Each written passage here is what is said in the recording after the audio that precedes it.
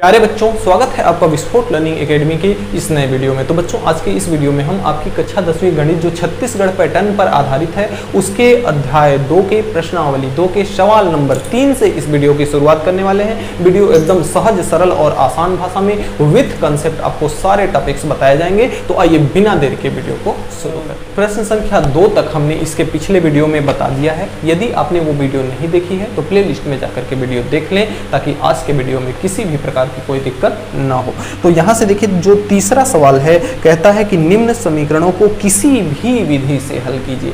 अब देखिए, इसमें हमने आपको 2 विधियों से समीकरण को हल करने की बात की थी, तो अभी हम दोनों विधियों की चर्चा करेंगे। पहली विधि मैं पहले में बताता हूं और दूसरी में दूसरी विधि की चर्चा करेंगे। तो पहला सवाल जो आपका है तीसरा का जो पहला सवाल है वह है x - 1 बराबर -1 और 3x - 2y बराबर कितना है, 12 है।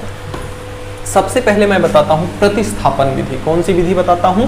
प्रतिस्थापन विधि। प्रतिस्थापन विधि। तो प्रतिस्थापन विधि में देखिए क्या होता है, जैसा कि नाम से स्पष्ट है, प्रतिस्थापन यानी किसी भी एक पद को उठा करके दूसरे साइड कर दें, प्रतिस्थापित कर दें, तो वही क्या कहलाता है, प्रतिस्थापन विधि। अब इसको हम मान लेते हैं समीकरण नंबर 1, सॉरी अभी समीकरण नहीं मानते हैं। यहां से अगर पहले समीकरण को लें, x - y है ना, x माइनस ये कितना है, y है। तो x - y बराबर का कितना दिया है, -1 दिया हुआ है। तो अगर x की वैल्यू हम यहां से निकालें, यानी y को उठा करके इस साइड में कर दे, प्रतिस्थापित कर दे, y को क्या कर दे, प्रतिस्थापित कर दे, तो x बराबर यहां पे कितना है, y इस साइड में जब जाएगा तो प्लस का हो जाएगा y - 1। तो x का मान कितना आ गया, y - 1। तो इसको मान ले रहे हैं हम समीकरण नंबर 1। इसको ही समीकरण हम मान लेते हैं, इसको समीकरण नंबर 1 मान ले रहे हैं, इसको समीकरण नंबर 2 और इसको समीकरण नंबर 3। इससे होगा क्या, देखिए x का मान हमने समीकरण 1 को लेके चला था, यहां लिख लेंगे समीकरण 1 से, समीकरण 1 से। तो समीकरण 1 से हमें समीकरण 3 प्राप्त हुआ। इस प्रकार से क्या करके, y को एक चर को प्रतिस्थापित करके, एक चर को क्या करके प्रतिस्थापित करके हमें समीकरण नंबर 3 प्राप्त हुआ। अब समीकरण 2 में समीकरण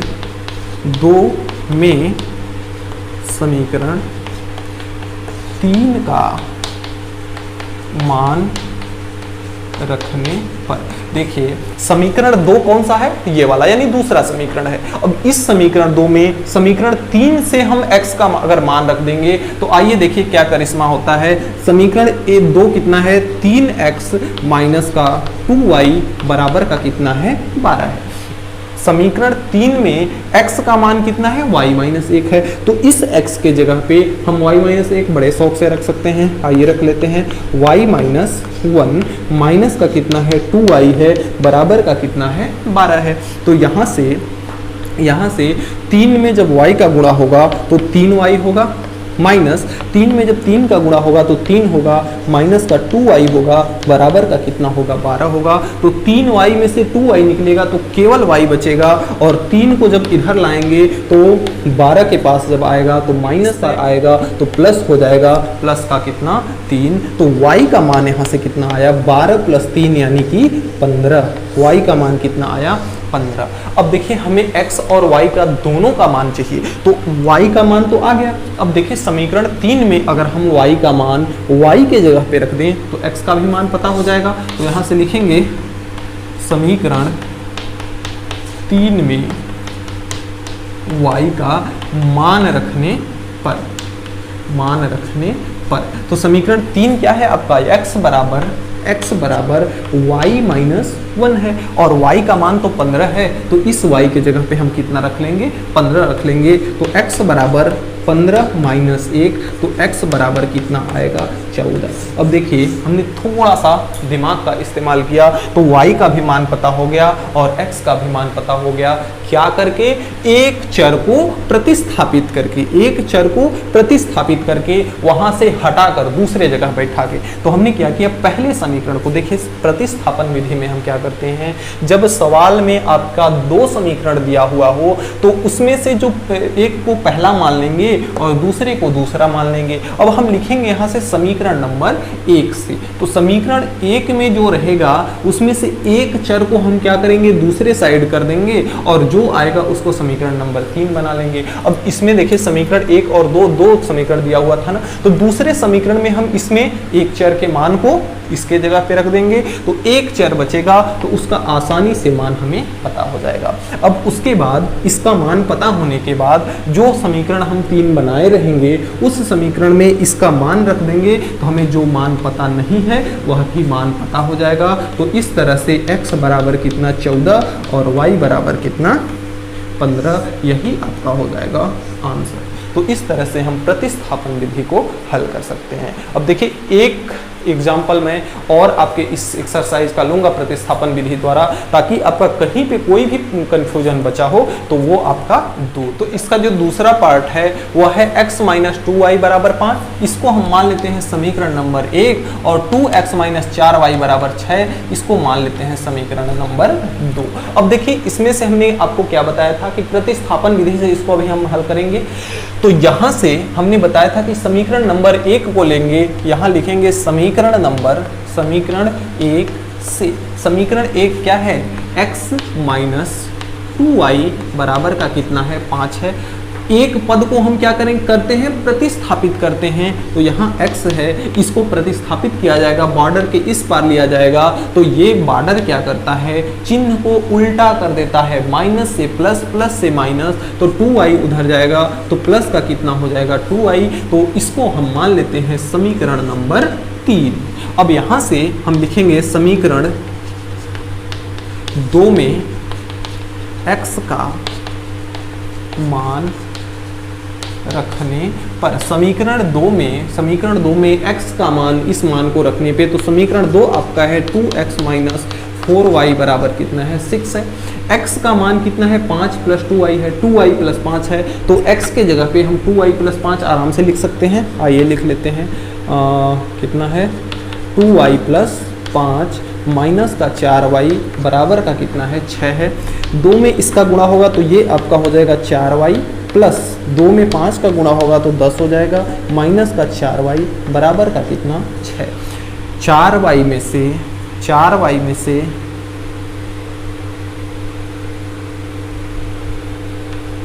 देखिए 4y प्लस का 4y माइनस का दोनों कट के कितना हो जाएंगे, 0 हो जाएंगे, और यहाँ 10 बचेगा, यहाँ 6 बचेगा। अब देखिए यहाँ पे आकर के सारी कहानी आपकी क्या होती है, खत्म हो जाती है। क्योंकि न तो मान ज्ञात करने के लिए आपका x बचा और ना ही मान ज्ञात करने के लिए y बचा। तो यहाँ पे इस कंडीशन में क्या होता है कि हमने जैसे देखिए आपको बताया था कि प्रश्नावली 1 का जो लास्ट वाला कुछ सवाल रहा आपका, उसमें क्या था कि जब एक ग्राफ दिया था और उसमें इस प्रकार की रेखाएं थी, यानी दोनों एक दूसरे के क्या है, समांतर है। तो जब हम बताए थे आपको कि किसी भी समीकरण का हल कब प्राप्त होता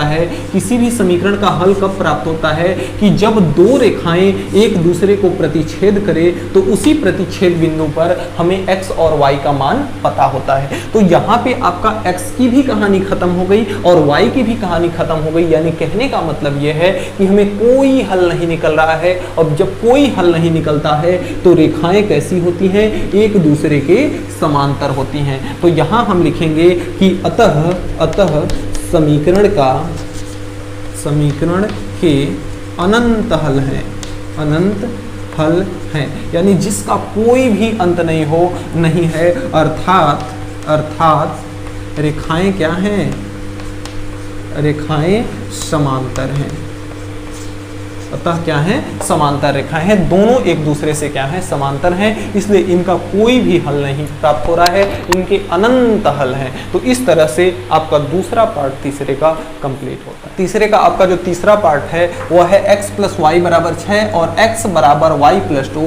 तो ये तो आपका समीकरण के रूप में है, इसको हम समीकरण नंबर 1 मान लेते हैं और इसमें y को इधर लाते हैं तो ये y इधर आएगा, बॉर्डर के इस पार आएगा तो बॉर्डर इसका क्या करेगा, चिन्ह परिवर्तित कर देगा, प्लस का y माइनस में हो जाएगा, बराबर का 2। इसको मान लेते हैं समीकरण नंबर 2। अब देखिए हमने आपको प्रतिस्थापन विधि तो सिखाया, अब आपको सिखाते हैं विलोपन विधि। विलोपन विधि में क्या करते हैं, जो आपको दिया रहेगा इनको दोनों को हम सबसे पहले क्या मान लेंगे, समीकरण मान लेंगे। अब देखिए जैसा कि नाम से स्पष्ट है, विलोपन यानी एक पद को विलुप्त करना। अब यह पद, इन दोनों में से एक पद विलुप्त कब होगा, कि जब इन दोनों समीकरणों को हम आपस में घटा देंगे। इन दोनों समीकरणों को आपस में जब घटाएंगे तो x से x क्या होगा, कैंसिल हो जाएगा, यानी x का सेवा समाप्त हो जाएगा और हमारे पास केवल एक चर बचेगा। तो यहां से हम लिखेंगे समीकरण 1 माइनस समीकरण 2। तो समीकरण 1 कितना है, x + y बराबर कितना है, 6 है, और समीकरण 2 कितना है, x - y बराबर कितना है, 2 है। अब इन दोनों समीकरणों को हमें क्या करना है, घटाना है, और जब कभी भी माइनस चिन्ह बाहर लगाएंगे तो बाकी के सारे चिन्ह क्या होंगे, बदल जाएंगे। यहाँ पे हमें क्या करना है, इसी एक पद को विलुप्त करना है। x में से x घट जाएगा तो क्या हो जाएगा, 0 हो जाएगा, यानी x खत्म हो जाएगा। तो x में से x कट गया तो 0 बचा, और प्लस y और y मिलेंगे तो कितने हो जाएंगे, 2y हो जाएंगे। और 6 में से 2 जब घटेगा, 6 प्लस का 2 माइनस का जब घटेगा तो 6 में से 2 घटेगा तो 4। यहाँ से y बराबर 2 को इधर भेजेंगे 4 के पास, तो बॉर्डर क्या करता है, चिन्ह को उल्टा कर देता है। तो y के साथ 2 किस में है, गुणा में, इस साइड में आएगा तो 2 भाग में हो जाएगा, यानी y बराबर यहाँ से कितना आया, 2। y बराबर कितना आया, 2। अब समीकरण 1 या 2 में किसी में भी हम इस मान को रख देते हैं। तो समीकरण 2 से समीकरण 1 में भी रखेंगे तो भी मान वही आएगा, समीकरण 2 में रखेंगे तो भी मान वही आएगा। तो समीकरण 2 आपका कितना है, x - y = 2।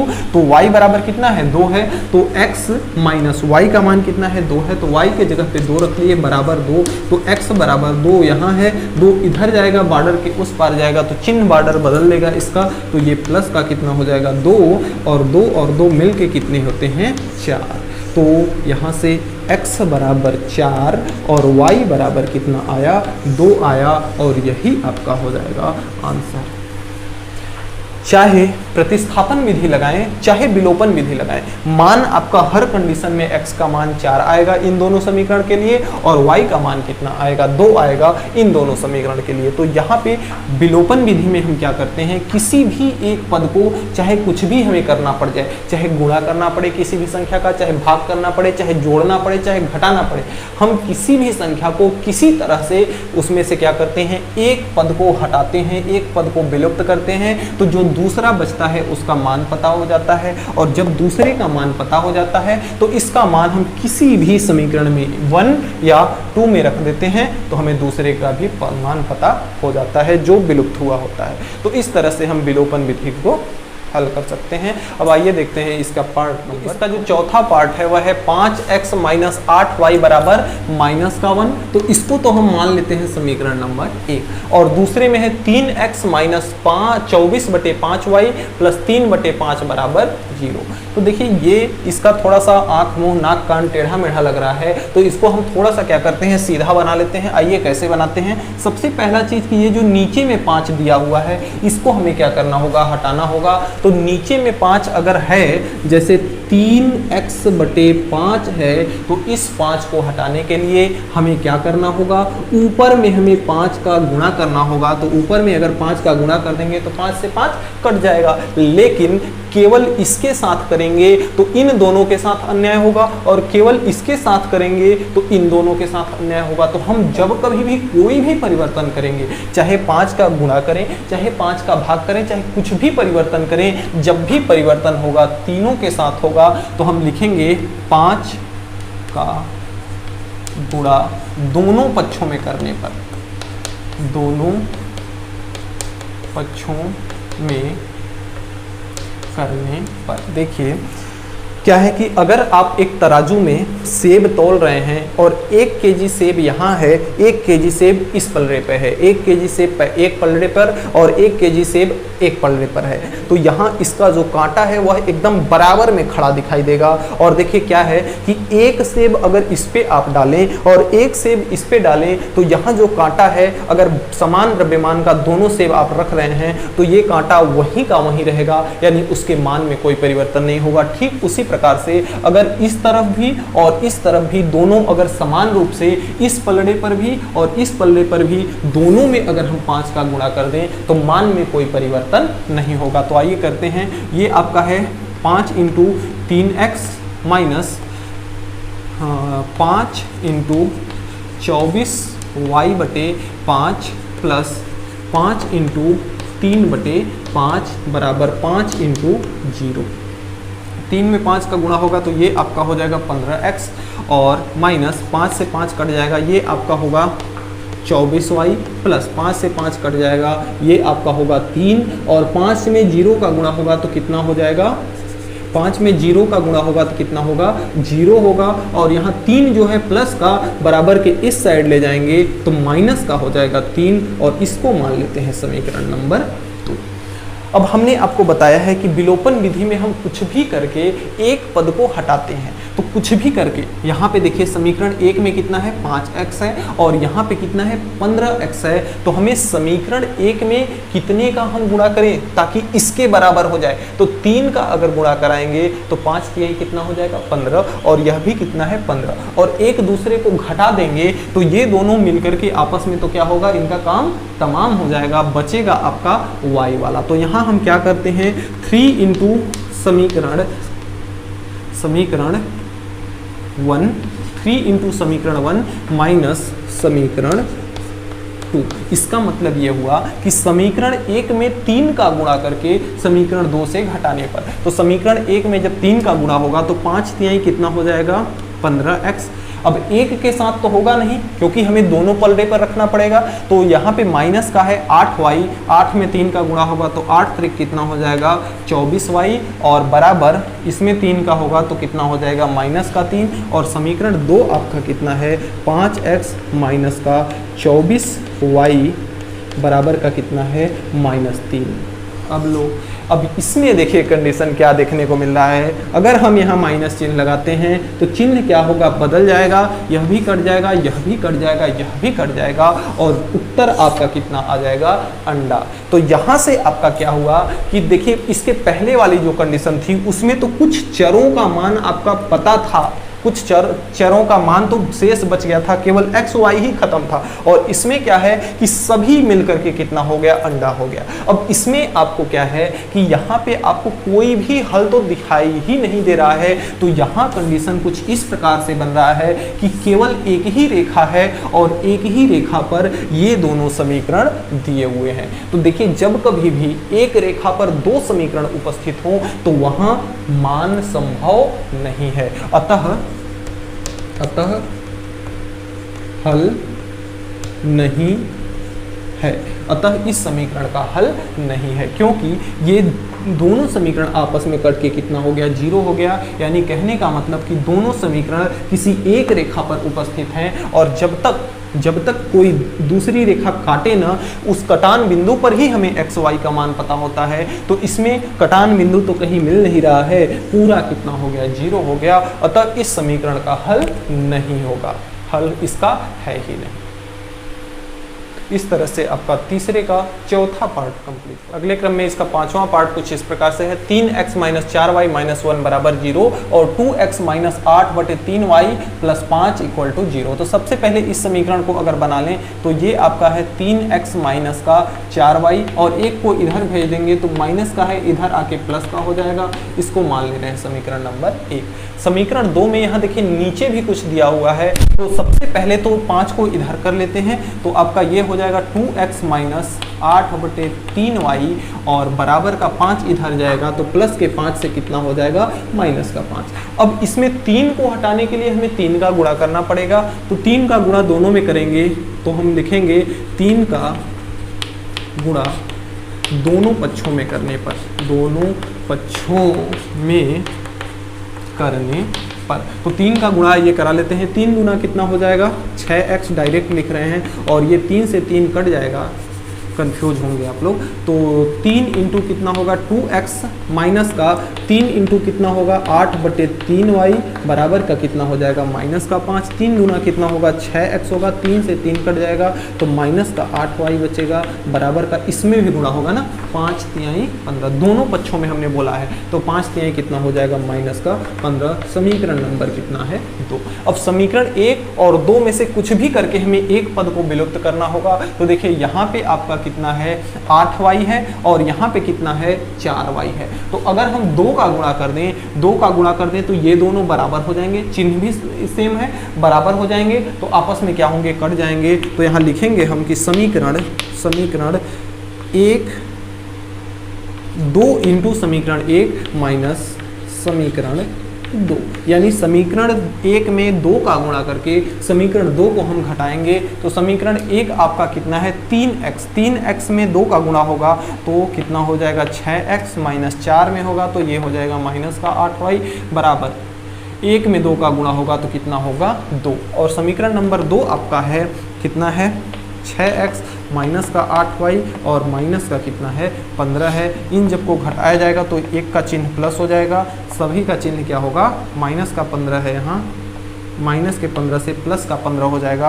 यहाँ से देखिए 6x से 6x 8y से 8y कट जाएगा, बचेगा कितना यहाँ प्लस का 2 और प्लस का 15 कितना आ जाएगा 17। अब देखिए इसका मान पूरी तरह से 0 नहीं आया, इसलिए इसका जो समीकरण होगा इस प्रकार से होगा कि दोनों रेखाएं एक दूसरे के क्या होंगी समांतर होंगी। तो अतः इनके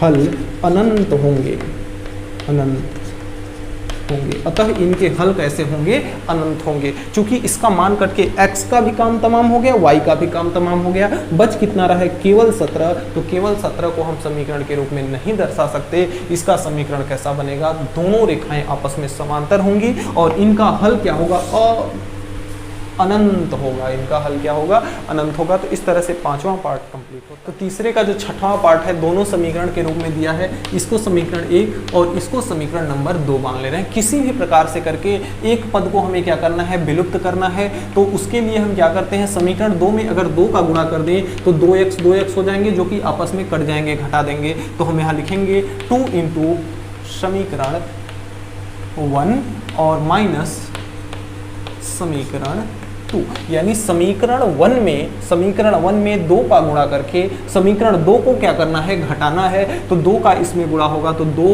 एक कम 2x प्लस का 2 दूना कितना होगा 4y बराबर का 8 दूना कितना होगा 16 और समीकरण 2 कितना है 2x प्लस 4y और बराबर कितना है 16 है। इन दोनों को जब घटाएंगे minus minus minus cut cut cut कितना आ गया आपका 0 आ गया। और जब कभी भी इनका हल 0 होता है तो इसके आगे तो हम कर ही नहीं सकते, यानी इसका हल संभव नहीं है। अतः हल संभव नहीं है, यानी कि कहने का मतलब जो दोनों रेखा ये जो दोनों समीकरण है वो दोनों समीकरण किसी एक ही रेखा पर स्थित हैं और जब कभी भी दोनों समीकरण एक ही रेखा पर स्थित हों तो उनका हल संभव नहीं होता है। तो इस तरह से तीसरे का आपका 6वां पार्ट कंप्लीट होता है। तो प्यारे बच्चों आज के वीडियो में इतना ही। हमें उम्मीद है कि आज हमने जो भी पढ़ा आपको अच्छे से समझ में आया होगा। फिर भी किसी भी प्रकार का कोई डाउट है तो आप नीचे कमेंट बॉक्स में कमेंट करके हमें ज़रूर बताएंगे, आपकी प्रॉब्लम को सॉल्व किया जाएगा। और आप अपने अभी तक हमारे चैनल को सब्सक्राइब नहीं किया है, चैनल पर नए हैं, मेरा पढ़ाया हुआ अगर आपको समझ में आता है तो चैनल को सब्सक्राइब करके बेल आइकन को प्रेस जरूर कर लीजिएगा ताकि मेरी अगली आने वाली वीडियो के नोटिफिकेशन सबसे पहले आप तक पहुंच सके। तो मिलते हैं नेक्स्ट वीडियो में नेक्स्ट टॉपिक के साथ नेक्स्ट डे, तब तक के लिए गुड बाय।